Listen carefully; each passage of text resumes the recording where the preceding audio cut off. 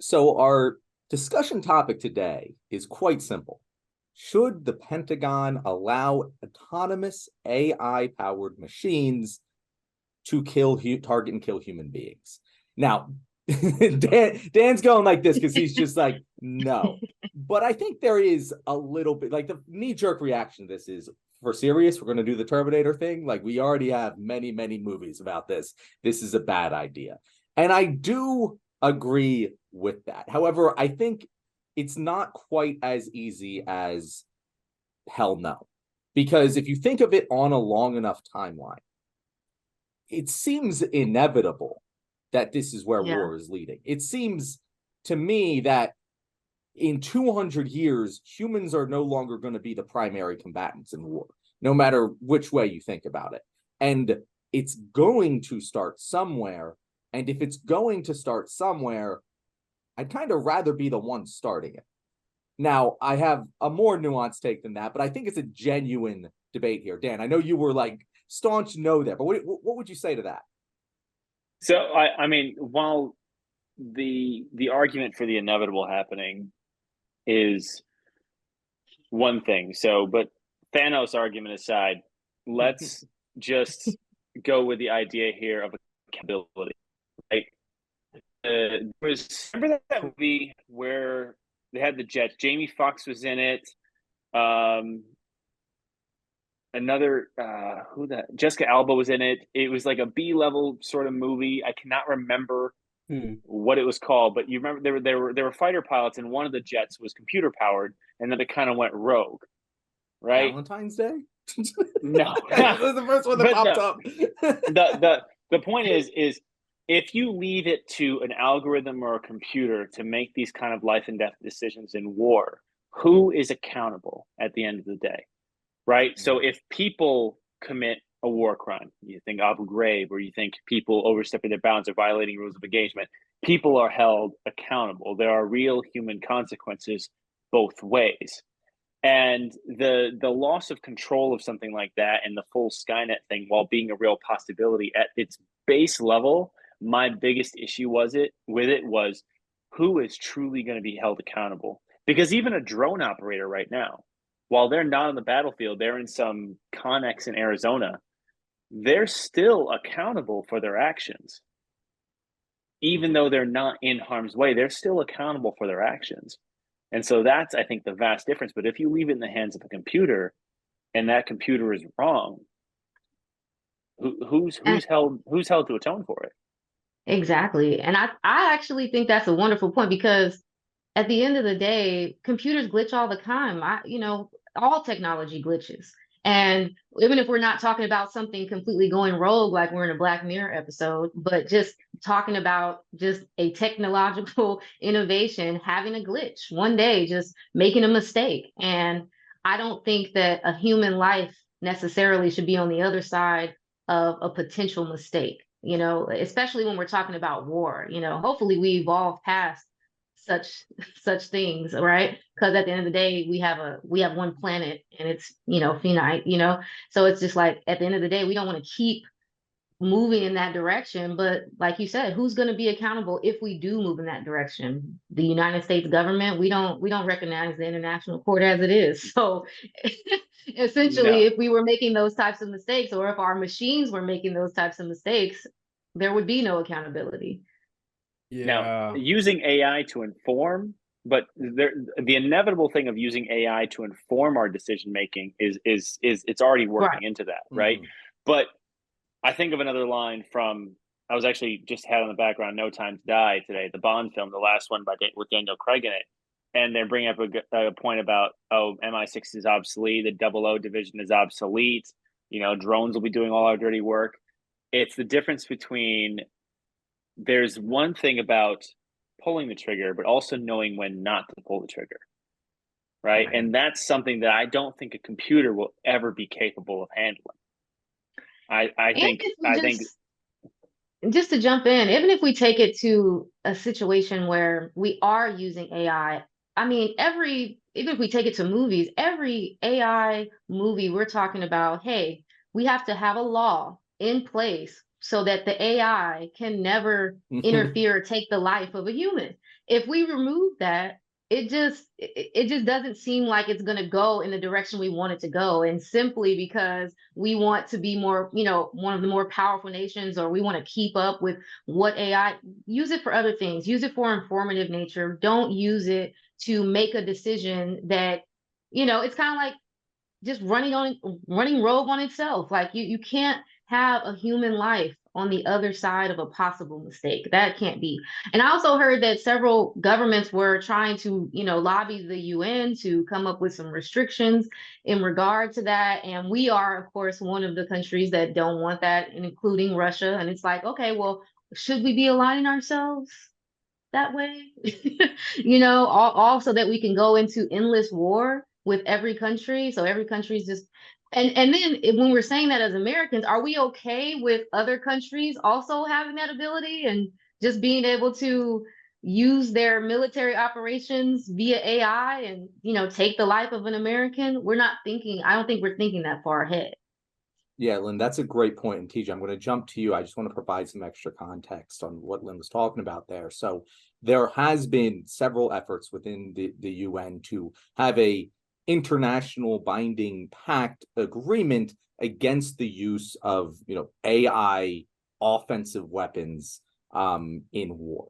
And it is the US, China, Israel, and I believe there were a couple other countries there that are kind of vetoing that and saying, no, we want it to be a non-binding pact, meaning just it doesn't matter. And we're going to ignore it like we do every UN resolution. But it is a thing that like the international community is trying to get countries to agree to, but our country is not on the don't make killer robots side of that debate. TJ, what are your thoughts on this?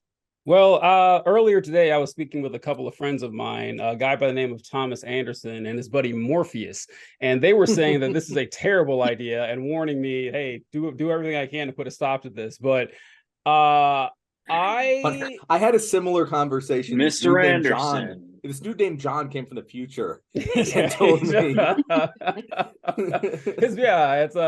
So from everyone that spoke, I'm leaning more to what John said, unfortunately. Not because it's John, but because I'm tracking more on what you're saying here, is that to me, it's not so much of I think the article even said something similar to this on whether we want to do it or whether we don't want to do it. I do think it's inevitable, like the Thanos thing. It's going to happen. Like if we don't do it, someone else will. And that's not saying we should do it, but I'm just saying I think it's going to happen. I remember years ago talking to a buddy of mine in the Air Force, and he was talking about how it was weird to him that we still actually have pilots because machines can do 90% of the heavy lifting when it comes to flying planes and everything. And when he talked about the intricacies of like the really advanced aircraft we have, they do pretty much all the work already. And technology is not going to get worse. It's only going to get better, and it's only going to get better and faster. And if we are in combat, the enemy, because we've talked about how we need to have the decision made by a human being, which I agree that is the more practical and moral, well, not the more moral and efficient way to do it, or practical way to do it. As far as efficiency goes, a human being is never going to be able to make a decision quicker than a machine. Now, the machine might make the wrong decision, but a human being might make the wrong decision. And if you're trying to weigh those and whether you want to win or not, the machine is going to win that every time. And Dan brought up a good question about the morality, because this is pretty good. Right. When the AI does, make its decision, what moral compass will the AI have? Well, the answer is the moral compass of whoever created the AI, which is what makes it really scary. Because let's say that we had like a fully Pentagon sentient... doesn't have the moral compass we want guiding the AI. Well, right. Say what? What was that? The Pentagon doesn't have the moral compass we want guiding the AI. That's for sure. The question is, who does? Mm-hmm. Exactly. Really, no government. I wouldn't trust myself with commanding the moral compass of an AI. Giving like a godlike being my morality. I'm just saying, like, I always say that if superheroes existed, they would all be villains. Like, there would be no such thing as a superhero. We would all be supervillains. Like, because I put it this way, like, just raise them in Kansas. Okay, That's the only hope. Raise them on a farm. It'll be Kansas, fine. That's it. But I put it this way, that I mean, I try my best to be a good person, like everybody, like most people do. But throughout my life, I have taken advantage of people. I've been cruel. I've been selfish. I've used my position to further my interests at the expense of someone else. And that's with no superpowers at all. So you're telling me if I had more power, somehow I do that less? Like, no, I would do it way more. And so would any machine that had my morality. So I don't have a good answer for this other than I think it will happen. I can't say it's a good thing, but I don't think there's any getting off this road. So really just to go ahead, Lynn. I was just saying, so pretty much you're saying that your moral compass isn't any better than what we could program an AI to have a moral compass as. I'm right? saying I don't know a good answer to that question. I don't. Yeah. Well, I was actually more speaking. So the morality side, that's different because morality is very subjective. Mm-hmm. But accountability. Yeah. That was the key point, was accountability. It's never going to be just one individual that's accountable. It's an algorithm. It's a set of people. It's an entire team of people that have built something. So unless you can prove a conspiracy to eradicate a certain type of people, you think about what was it? Not Civil War, the Captain America Winter Soldier one or whatever it was, where the AI started finding DNA of everybody. Everybody Hydra deemed to be an enemy now and in the future. It's the accountability aspect that's the scariest part of it. I do agree with you on the morality standpoint. You cannot. It would be impossible to program it based on those nuances. Now, John brought up a good point about specifically offensive AI. Now, that's where I would draw the line, but defensive, thinking about missile defense, ICBM capture, thinking about, orbital defense, right? A defensive posture, having AI do it, that's something that's just responding to a surprise. And that, in this particular case, an attack, computers would be very efficient at that, as long as they only had the ability to stay within their bounds and defend things coming at them. So versus going out and finding things. Here's the question for the room here. And I promise, audience, I'm playing a little devil's advocate. I'm going to come in with my actual response soon, but I want to ask killer drones. I want to ask the room this question: when it comes to AI powered vehicles, self-driving cars, I have long been a proponent of saying they don't have to get in less accidents. They don't have to get in no accidents. They just have to get in less accidents than humans do. Lynn, you said that, computers glitch, and you're totally right, but so do these things. And they probably glitch more often than computers do. And so I guess my question is to Dan and to you, Lynn, but Dan was the one mentioning accountability. Why should I care about accountability if the AI is making less mistakes and killing less innocent people than humans are? Why do I need accountability if I'm saving lives? I think the vast difference here is when you have an automotive accident, it is isolated to that immediate area. If you have a global connected artificial intelligence that handles multiple weapon systems and ultimately will find pieces and parts of itself to connect to, there is no telling what it could morph into, what it could develop, what it could start to understand. And so the reach is far greater than a Tesla lying about its ability to drive itself somewhere, right? That's a vastly different thing. And it's, while you say mistakes in terms of an isolated thing, I'm not thinking about a pistol mounted to a little drone in someone's backyard kind of thing. I'm thinking about an entire system of missile defense, of offensive missiles, of ICBMs connected. And the real threat of a much larger scale problem. I don't think if a glitch were to happen. So to put it, just to make sure everyone is understanding here, with the headline that we're talking about here, that the Pentagon is not admitting to, but they're pretty much not denying that they're actively developing AI with the ability to kill people. They, at least from everything that I've read, They're not talking about hooking up the nuclear arsenal or ICBMs to AI. They're talking specifically about drones, about sending out fleets of drones, automated, anti-personnel weapons, potentially anti-tank. But from everything I've seen, I don't think anyone is saying we need to hook up AI and have them run the missiles.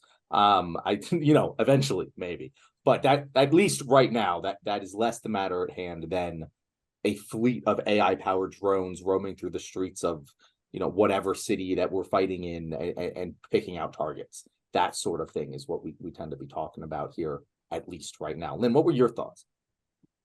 I mean, when I'm thinking about drones specifically and AI is different than just autonomous, right? Mm-hmm. So AI learns, and biases are also learned behavior. So if we're if we're doing certain things or having these drones do certain things, wouldn't they develop certain biases specifically to whoever we're fighting, and then develop their own sense of decision making, whether or not America's police force. Sorry.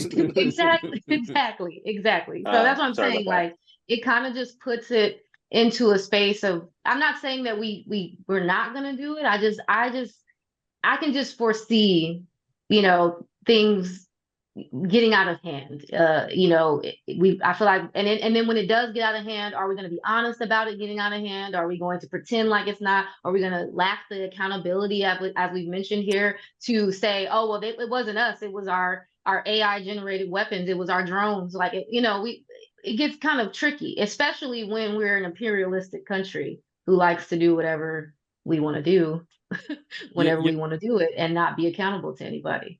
You heard it here first, folks. Politic and Lynn is predicting racist robots in the future. It's just right around the corner, coming to a neighborhood near you. Could be. It seems just like the drone. No, the drone's not going to feel safe. The drone won't feel safe in that neighborhood. The drone's going to cross the street. They were like, if you would have just complied with the drone, then it wouldn't have made that decision. So I do think we're getting. Well, AI could differentiate a wallet, probably. That's It could, and it could also decide to lie about it. Exactly. See, that's the scary. So to me, I think the larger issue, because I put out that thing about the inevitability of this, and there was a quote here. So as I mentioned, the UN is currently debating this, and one of the representatives from Australia by the name of Alexander Kement, and I hope I'm saying that name right.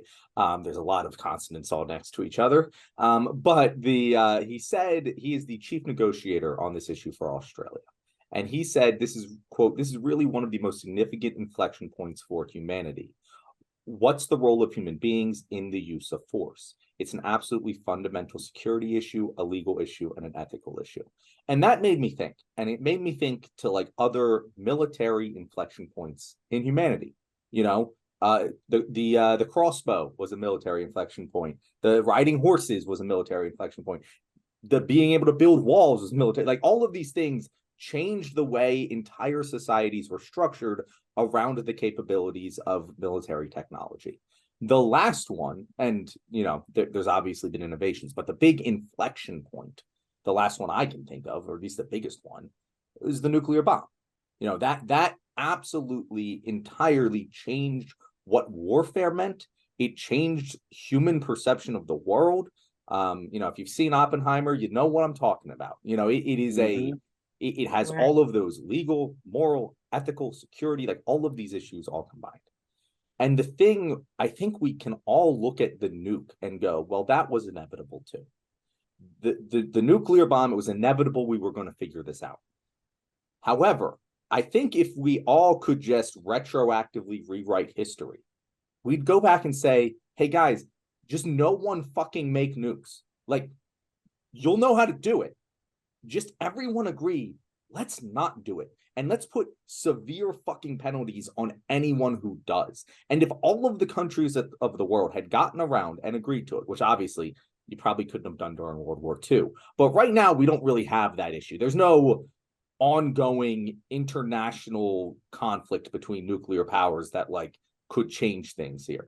So in my mind, it seems like the reasonable, responsible thing to do is, even if this is going to be inevitable, we should all get together and agree to never do it for as long as we possibly can, because once that Pandora's box is opened, there's no telling what'll happen. And I know it seems like, oh, you're just caring about the science fiction movies you grew up on. And like, yeah, no, that's probably part of it, part of my aversion to this. But like, it is true. We don't know yet. Like, AI is an infant technology, and we don't know the consequences of giving it the ability to kill people. So maybe we just hold off on that. Maybe it's best to try and delay it and all get together and agree not to do it. I don't know if anyone here has ever heard of the 40K Warhammer 40K. Probably not. I've never played it, but I like it. I like reading about the lore. And in the lore of that story, there is like, it's humanity advanced far beyond our possible imaginations, but AI kind of like destroyed everything. And there were some magical elements to it and whatever. But the point was, afterwards, humanity all got together and said, no AI. No AI, we can never do it again, ever, ever, ever, because it will destroy us. We don't even know why anymore. That was 10,000 years ago. Dune. But, same thing with Dune. Exactly. And there's no reason that we can't do that. You know, there's no reason that, or at least try to do that for as long as possible. And I think it's foolish to assume that we can't.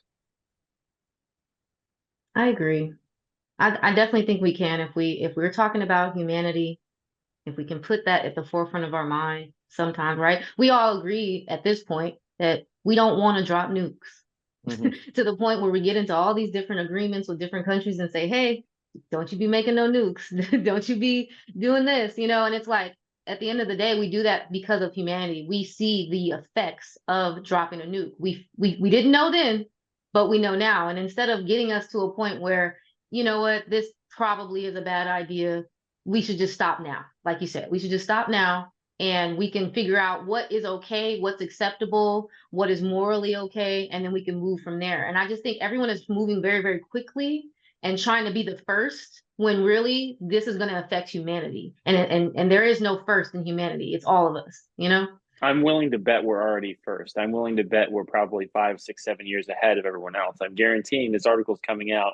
We've already got some stuff we've tested somewhere that's using a computer to kill people kill simulated people. Like, actually, I think what sucks is that it's, you know, John's point is great, but the problem is it would be naive of us to think that the powers that be would have that kind of attitude, because our leadership has proven time and again that they're incapable of that. People don't know this, but that's actually how Henry Kissinger died. He got killed by a violent robot of his own. Look, on second thought, you guys can do whatever you want. Your judgment's no, Jimmy Carter. No, Jimmy Carter. That's what he was waiting for. He's way too old to go do that to Kissinger himself. All he needed to do was be handed the button. There we go. So this has been a great conversation. Thank you guys for talking with us today. For those listeners who are still watching, thank you very much. Make sure to remember to like this video and subscribe if you haven't already. And as a reward for doing that, I'll save you a Google and tell you that the movie Dan was referring to earlier was called Stealth. That was the name of the Jamie Foxx Jessica Alba movie. So thank you very much, and stay tuned for more episodes in the future.